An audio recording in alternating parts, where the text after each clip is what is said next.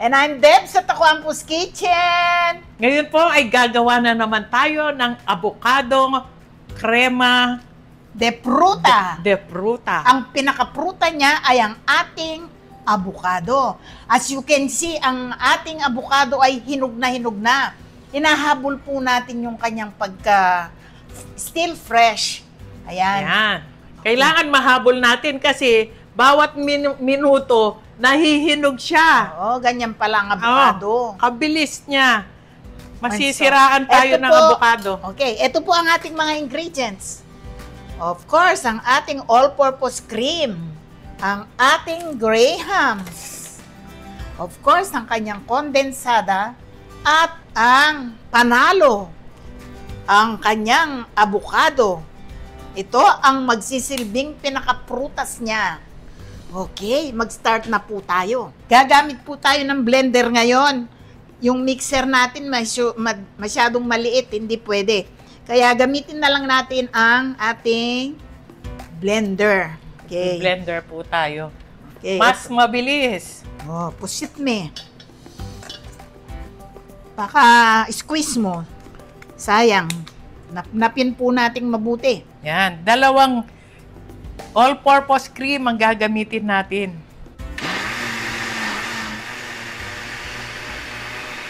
Hanggang dito. Dapat lalaki siya. Hanggang dito. Tataas yan. Rice na po siya.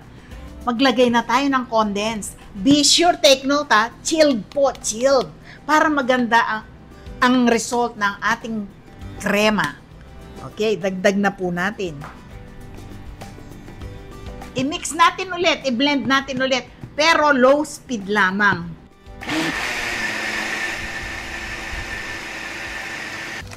Open na po natin ang ating graham crackers. I-ready na natin siya. Oy, crack siya. Maglagay tayo ng konti muna. Okay. Eto po, ilagay na natin, i-arrange na natin ang ating grahams. Magpatong na naman tayo ng cream. Konti lang. Ngayon, magbubukas sibo ng avocado. Ganda ng ating avocado. Okay. Ganito po ang style dyan.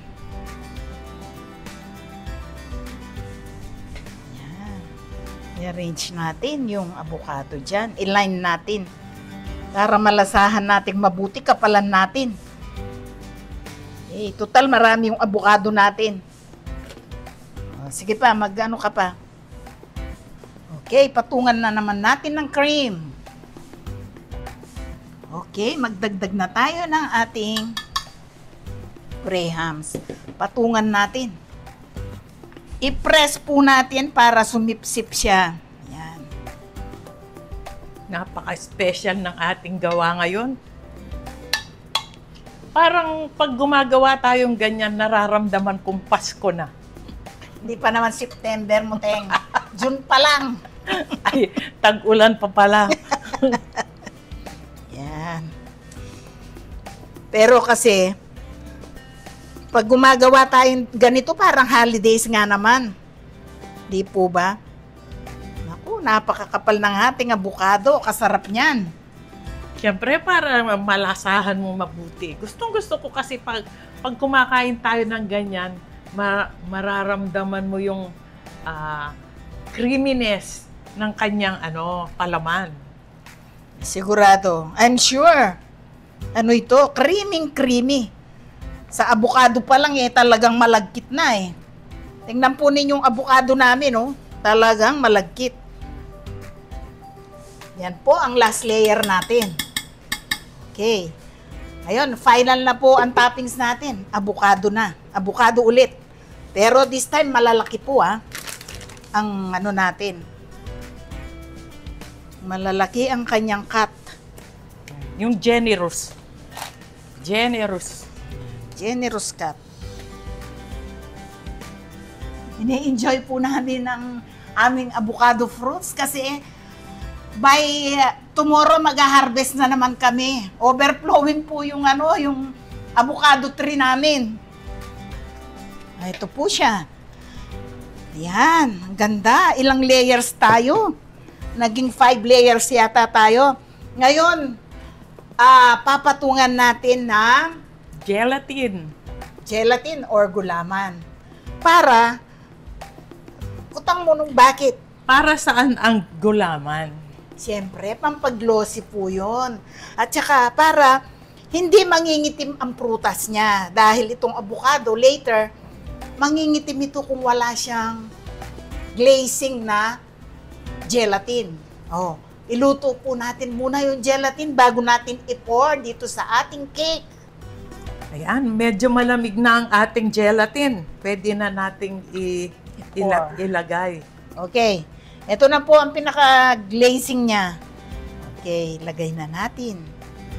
Okay, pampasettle ng prutas ang ating gulaman.